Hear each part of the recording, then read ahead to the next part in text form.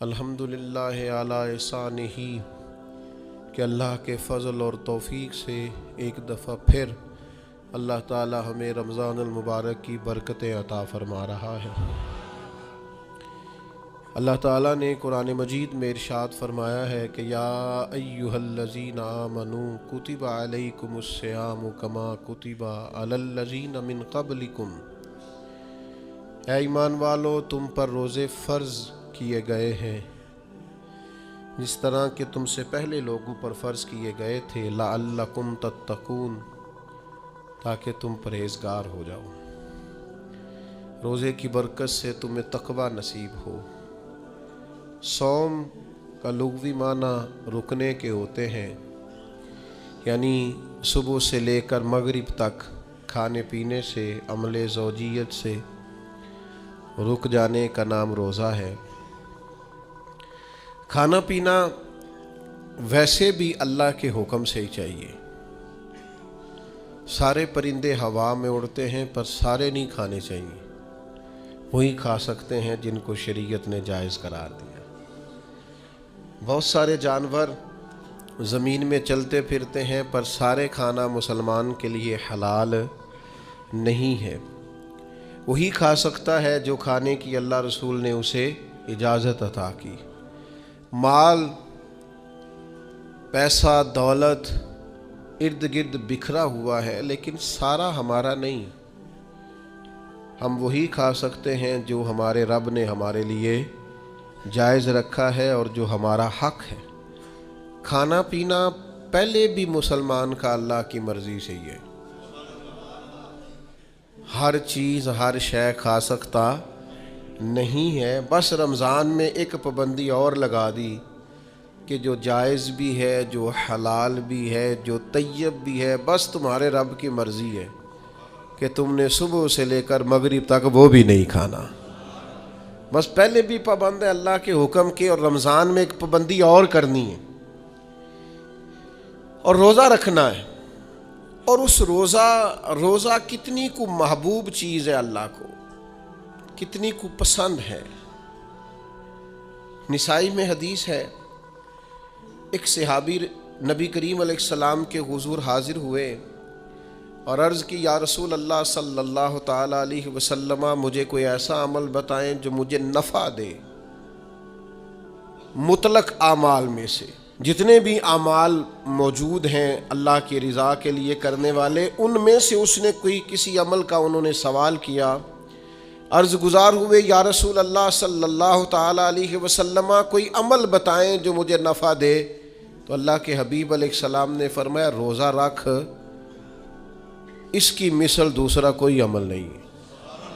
روزہ اتنا بڑا عمل ہے انسان کو نفع دینے والا، مسلمان کو فائدہ پہنچانے والا، کہ اس جیسا دوسرا کوئی عمل یہ حدیث میں حضور علیہ السلام نے بیان کی۔ اب روزہ اتنی بڑی سعادت ہے اور کرنا کیا ہے؟ اللہ کے حکم سے کھانا پینا ہے۔ جس وقت اس نے کھانے سے روک دیا اس وقت رک جانا ہے، جس وقت اجازت دی ہے اس وقت کھا لینا ہے، لیکن نفع اتنا ہوگا کہ حضور فرماتے ہیں اس جیسا دوسرا عمل ہی کوئی نہیں، اتنا فائدہ مند کام ہے۔ روزے بڑی غنیمت ہے۔ رمضان المبارک کا مہینہ بڑی سعادت ہے۔ آپ اندازہ فرمائیے کہ نبی پاک علیہ السلام نے حضرت سلمان فارسی رضی اللہ تعالیٰ عنہ فرماتے ہیں رمضان سے ایک دن پہلے خطبہ دیا تھا باقاعدہ، اور ہمیں حضور نے رمضان کی عظمتوں سے آگاہ کیا تھا۔ رمضان المبارک سعادت افروز گھڑیاں ہوتی ہیں، اس کا لمحہ لمحہ برکت ہوتا ہے، اس کی ایک ایک ساتھ خدا کا انعام لے کے آتی ہے۔ رمضان المبارک کی ایک ایک گھڑی بخشش، مغفرت، اللہ کی عطا، اللہ کا کرم، اللہ تبارک و تعالیٰ کی رحمتوں سے بھرپور ہوتی، ایسے جیسے چاروں جانب خدا کی رحمت کا می برس رہا ہوتا ہے۔ بس جن کی جھولیاں پھیلی ہوئی ہوں گی اور جن کے دامن کھلے ہوئے ہوں گے وہ اپنے دامن رحمت الہی سے بھرپور کر لیں گے۔ لیکن سادی سی بات ہے بھائی، جو آدمی سویا رہے، غافل رہے، اٹھ کے اپنے کمرے کا دروازہ ہی نہ کھولے تو سورج جتنا مرضی چمک رہا ہو اسے کوئی فائدہ حاصل ہوتا نہیں، اسے کوئی روشنی نصیب ہوتی نہیں، کیونکہ وہ تو اٹھا ہی نہیں، جاگا ہی نہیں، بیدار ہی نہیں ہوا۔ صبح کی آب و ہوا بڑی ٹھنڈی ہوتی ہے، بڑی صحت افزا ہوتی، لیکن اگر کوئی لوگ غافل ہی رہے اس میں اور صبح اٹھے ہی نہ، سیر کرے ہی نہ، فجر کو نکلے ہی نہ، اس کی غفلت اس پر طاری رہے، تو جتنا مرضی صبح کا سویرا ہو، جتنی مرضی راحتیں اور رحمتیں ہوں، اسے اس سے نفع حاصل ہوتا وہ تو اسی کو ہوگا جو اٹھے گا، آنکھ کھولے گا۔ تو اچھی طرح سمجھ لیجئے گا، رمضان المبارک کی سعادتیں اتنی بڑی ہیں، برکتیں اتنی زیادہ ہیں کہ حضور علیہ الصلوۃ والسلام نے فرمایا نفل کا ثواب فرض کے برابر، فرض کا ثواب 70 گنا بڑھا کے دیا جائے گا۔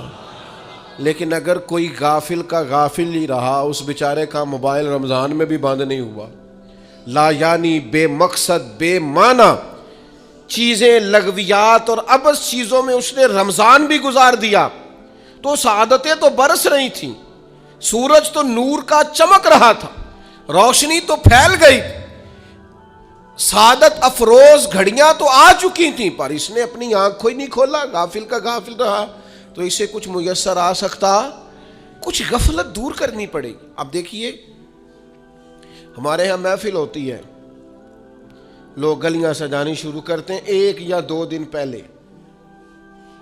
کسی گھر میں شادی ہوتی ہے تو لوگ گھر کا آنگن، صحن، چھت اور سامنے والی دیوار سجانا شروع کرتے ہیں 2-3 دن پہلے، اس سے زیادہ نہیں۔ بڑی خاص بھی کو محفل ہو تو 1-8 دن پہلے لائٹنگ لوگ کرتے ہیں کہ پتہ چلے یہاں ذکر رسالت مآب صلی اللہ تعالی علیہ وسلم کیا جائے گا اور یہاں حضور کے تذکار کیے جائیں گے۔ 2-4 دن پہلے اگر کہیں لائٹنگ ہو جائے تو لوگ کہتے ہیں یار کوئی کمال ہی بات ہے کہ اتنے دن پہلے یہاں اتنی روشنیاں نظر آ رہی ہیں، کوئی انفرادی کام ہے، اس پر نظر جاتی ہے۔ آپ ذرا رمضان کی شان تو دیکھیں، حضور فرماتے ہیں سارا سال جنت سجائی جاتی ہے، کس لیے؟ حضور فرماتے ہیں رمضان المبارک کے لیے، سارا سال جنت سجا دی جاتی، اس کو تیار کیا جاتا ہے رمضان کی سعادت افروز گھڑیوں کے لیے، ان مقدس ایام کے لیے جو لے کر رمضان سایہ فگن ہوتا ہے، اس کے لیے پورا سال جنت کو سجایا جاتا ہے، تزئین و آرائش کی جاتی ہے۔ اور رمضان آتا ہے تو کریم کے کریمانہ فیصلے ہونے شروع ہو جاتے ہیں، کریمانہ فیصلے۔ ایک کریمانہ فیصلہ ہوتا ہے کہ دوزخ کے دروازے بند کر دو اور جنت کے سارے ہی دروازے کھول دو، اس کو راستہ کیا گیا ہے۔ پھر آپ کو پتہ ہے ایک انوکھی بات بھی آپ سے کرنی ہے، قانون نافذ کرنے والے اداروں کو نا مجرموں کا پتہ ہوتا ہے، ان کو پتہ ہوتا ہے کس کسی جگہ کچھ فسادی لوگ ہیں، وہ دیکھتے ہیں نا ملک میں کوئی خاص مہمان آ رہا ہے جو ملک کے لیے فائدہ مند ہے اور وطن کے لوگ اور وطن کو اس سے فائدہ ہوگا، استفادہ کریں گے لوگ اس کے آنے سے، وہ کیا کرتے ہیں ان فسادیوں کو پہلے بند کر دیتے ہیں، کہتے ہیں ایسا نہ ہو کہ یہ آ کے کوئی خرابی کرے، وہ منع کر دیتے ہیں۔ تو یاد رکھ لیں، سمجھ لیں، حضور فرماتے ہیں شیطان کو بھی قید کر دیا جاتا ہے۔ رمضان آنے والا ہے تو اللہ شیطان کو قید کر دیتا ہے، جکڑ دیتا ہے۔ فرمایا رمضان آ رہا ہے اور میرے بندوں نے اپنی بخشش کرانی ہے، انہوں نے میری عبادت کرنی ہے، انہوں نے روزے رکھنے ہیں، انہوں نے آ کر کے اللہ کے حضور معافیاں مانگنی ہے، اور رمضان کی ہر رات میں 70 ہزار یا بلا مثال و بلا تشبیہ اللہ جانے کتنے بے حساب لوگوں کی رب نے بخشش کرنی ہے۔ تو یہ شیطان بڑا مکار ہے، یہ کھلا ہوا دشمن ہے، کوئی خرابی نہ کر دے لہذا پہلے اسے باندھ دو، خرابی نہ کرے کسی قسم کی اسے باندھ دیا جاتا ہے۔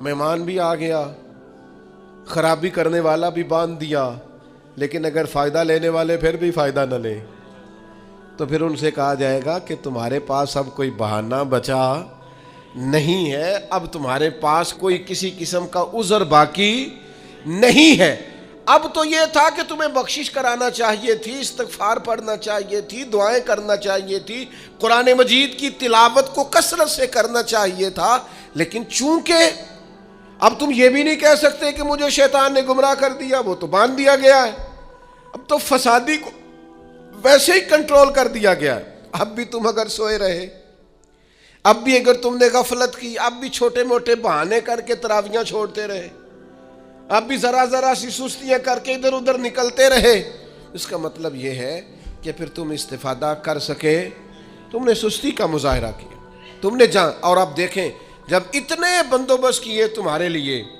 ثواب بھی بڑھا دیا، اجر بھی بڑھا دیا، تمہارے لیے جو فساد پیدا کرنے والا شیطان تھا وہ بھی قید، لیکن اگر تم پھر بھی عمل نہ کرو،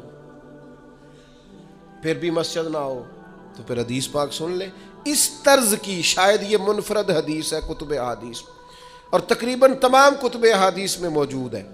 حضور علیہ الصلوۃ والسلام نے نا صحابہ سے فرمایا سارے مسجد میں جمع ہو جاؤ میرے ممبر کے پاس، لوگ جمع ہو گئے، اللہ کے حبیب علیہ السلام نے ایک قدم ممبر کی سیڑھی پہ رکھا، فرمایا آمین، پھر دوسری سیڑھی پہ قدم رکھا تو فرمایا آمین، پھر تیسری پہ قدم رکھا تو فرمایا آمین۔ تو صحابہ کو بڑا تجسس ہوا، انہوں نے بعد میں عرض کی یا رسول اللہ صلی اللہ تعالی علیہ وسلم کرم فرمائے، بندہ نوازی کریں، ہماری رعایت کر دیں، یہ کیا معاملہ تھا؟ تو حضور فرمانے لگے میرے پاس حضرت جبریل امین حاضر ہوئے، یہ رحمت للعالمین نبی کی بات سنا رہا ہوں، حضور کریم ہے، کریم فرماتے ہیں کہ حضرت جبریل آئے اور میں نے ابھی ممبر کی پہلی سیڑھی پر قدم رکھا تھا تو انہوں نے عرض کی یا رسول اللہ صلی اللہ تعالی علیہ وسلم ہلاک ہو جائے وہ شخص جو آپ کا نام سنے اور آپ پر درود و سلام نہ پڑھے، تو میں نے کہا آمین۔ پھر حضرت جبریل عرض گزار ہوئے یا رسول اللہ صلی اللہ تعالی علیہ وسلم وہ ہلاک ہو جائے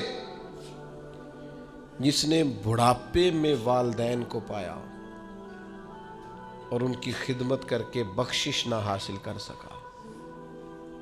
میں نے کہا آمین، اور کریم فرمانے لگے پھر حضرت جبریل نے عرض کی یا رسول اللہ ہلاک ہو جائے وہ شخص جس کو زندگی میں رمضان ملا، جس کو اس ماہ نور و سرور شہر رمضان الذی انزل فیہ القرآن، رمضان کا وہ مہینہ جس میں ہم نے قرآن نازل کیا، جس کو ماہ مبارک، ماہ نور و سرور، ماہ طیب، ماہ مبارک رمضان ملا، پھر وہ اپنی بخشش نہ کرا سکا، وہ ہلاک ہو جائے۔ تو حضور فرماتے میں نے بھی کہا آمین، اللہ تعالی ہم سب کو محفوظ فرمائے۔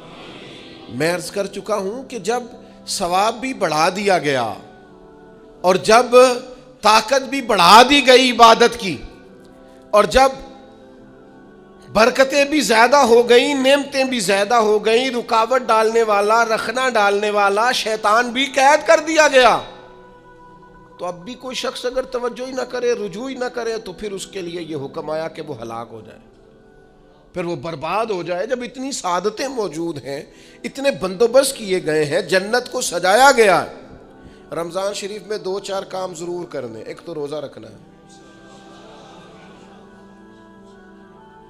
کچھ ہمارے پنجابی بہانے بھی ہیں، پنجابی بہانے، میں جی مزدوری کرنی ہوندی ہے نا، پھر روزہ تو نہیں نہ رکھ ہوندا۔ اللہ نے نہیں سی پتا کہ مزدوری کرنی ہے، تو اللہ نے کیوں فرض کیا روزہ؟ ہلکے سے لوگ بیمار ہوتے ہیں، بالکل معمولی سے، کوئی ایسا عذر نہیں، روزہ چھوڑ دیتے ہیں۔ ذرا ذرا سی باتیں لے کر لوگ، آپ یقین کریں، اہمیت کو نہیں سمجھتے، اور بعض صرف سست ہیں، غافل ہیں، منہ پھیرے ہوئے۔ اگر یہ ایک حدیث سمجھ میں آ جائے نا، ترغیب و ترہیب میں اور دیگر کتب حدیث میں بھی موجود ہے، حضور نے فرمایا جس نے رمضان کا ایک روزہ چھوڑ دیا، زندگی بھر بھی روزے رکھے، وہ فضیلت نہیں پا سکتا جو رمضان کا روزہ سے فضیلت اسے ملنی تھی۔ اتنی بڑی بات ہے، آپ اس کو سمجھ لیں، اتنے سعادت افروز روزے ہیں رمضان کے، تو کوشش کریں اپنے آپ کو مینج کریں، مینٹین کریں چیزوں کو، اپنی صحت کا خیال کریں۔ میں تو دوستوں سے کہا کرتا ہوں رمضان سے پہلے جو ایام ہے پہلے سے بڑھ کر اپنی طبیعت کا خیال رکھیں، تاکہ رمضان میں کوئی کسی قسم کی طبیعت میں بھی کمزوری پیدا نہ ہو اور صحیح صحت مندی کے ساتھ انسان رمضان شریف کے روزے گزار سکے۔ دوسری بات ہے رمضان میں خوب قرآن مجید پڑھنا۔ شہر رمضان الذی انزل فیہ القرآن، رمضان ہی کا تو وہ مہینہ جس میں قرآن نازل کیا گیا۔ نبی کریم صلی اللہ تعالیٰ علیہ وسلم رمضان المبارک میں حضرت جبریل امین علیہ السلام کے ساتھ قرآن مجید کا دور فرمایا کرتے۔ حضور حضرت جبریل کو پارہ سناتے اور جناب جبریل نبی کریم علیہ السلام کو سناتے۔ یہ دور ہوتا ہے قرآن مجید کا۔ اللہ نے کتنی زیادہ توفیق دی ہے، ہر مسجد میں تراویح میں قرآن پڑھا جاتا ہے۔ تھوڑی ہمت کریں، تھوڑی کوشش کریں۔ ہمارے بزرگ فرمایا کرتے تھے ایک پارہ گھر میں پڑھا کرو قرآن مجید کا، تاکہ تمہیں دیکھ کے بچے بھی پڑھیں، اور ایک پارہ مسجد میں تلاوت کیا کرو، اور ایک رات کو تراویح میں 3 پارے روز قرآن مجید کے ہو جائیں گے تو انشاءاللہ تعالی رمضان ختم ہوگا تو 3 قرآن پاک بھی ختم ہو جائیں گے۔ یہ ارادہ کریں، یہ پروگرام بنائیں، خوب قرآن مجید سے دلچسپی پیدا کریں۔ تیسرا کام رمضان میں جو کرنے والا وہ ہے کثرت سے استغفار۔ کچھ غلطیاں نا ہم کرنا نہیں چاہتے، ہم سے ہو جاتی ہیں۔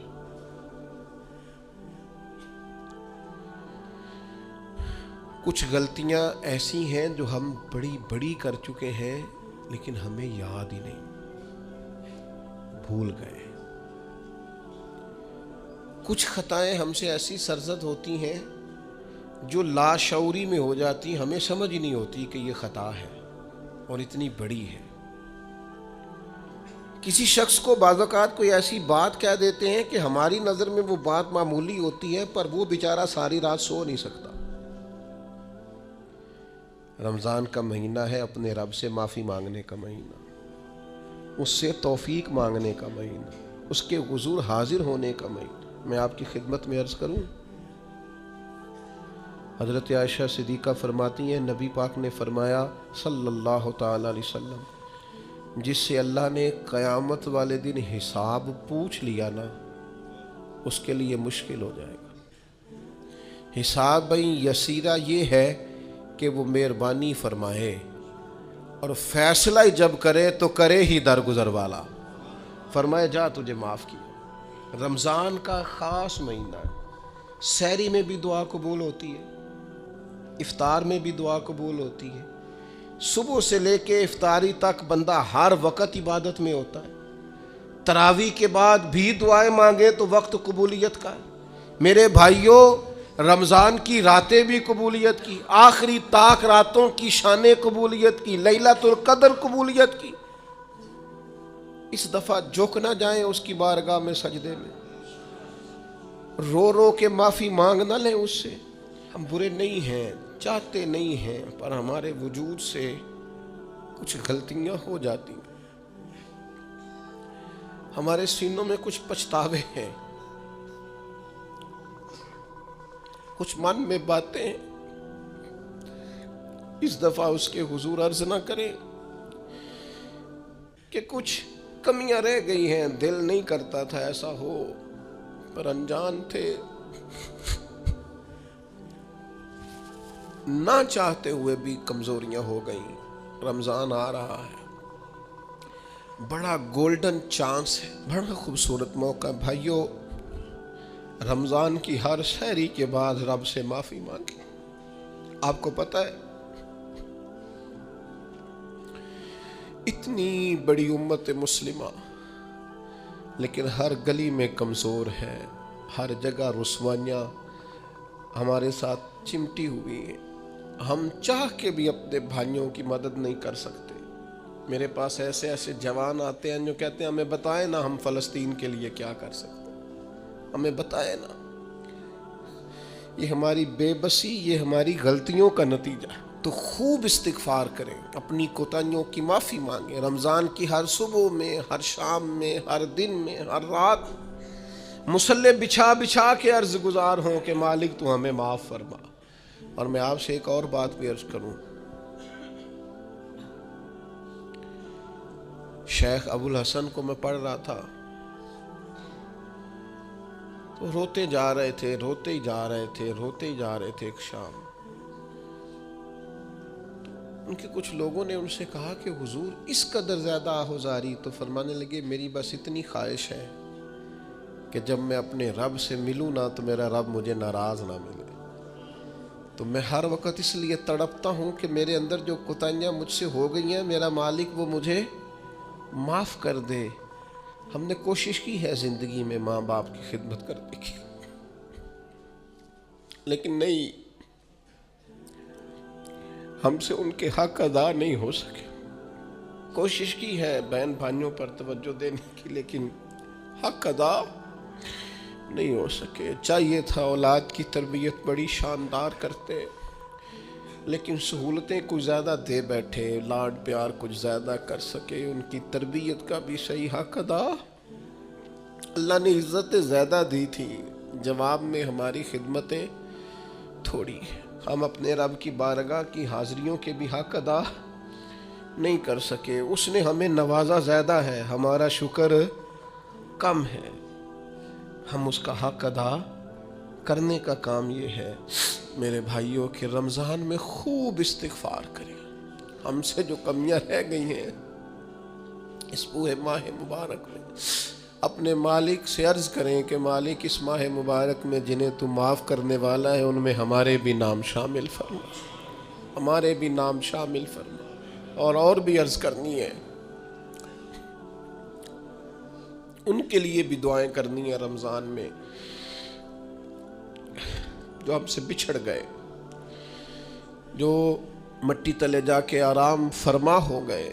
یہ رمضان مبارک چونکہ بخشش مانگنے کا مہینہ ہے، اللہ کے حضور معافی مانگے ان کے لیے بھی، ہمارے اپنوں کے لیے، ماں باپ کے لیے، عزیز و اقربا کے لیے، کہ اللہ کریم ان کی قبروں کو بھی ٹھنڈا کرے، ان کے حال پہ بھی رحمت کی نظر کرے، ان کے لیے بھی مالک آسانیاں کرے۔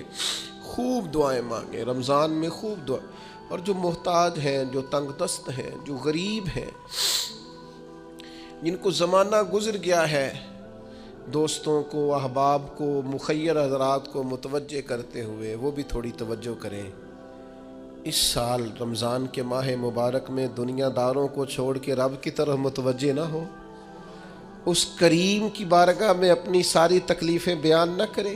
بیمار بھی آئیں، مقروض بھی آئیں، تنگ دست بھی آئیں، بے اولاد بھی آئیں، کمزور بھی آئیں، سارے جھکیں، روزہ رکھ کے، تراویح پڑھ کے، قرآن پڑھ کے، اپنے سارے دکھ اپنے مالک کے حضور بیان کر کے اس ماہ مبارک کی ہر رات میں اس سے بخشش کا سوال کریں، رحمت کا سوال کریں، کرم کا سوال کریں۔ وہ بڑا ہی کریم ہے۔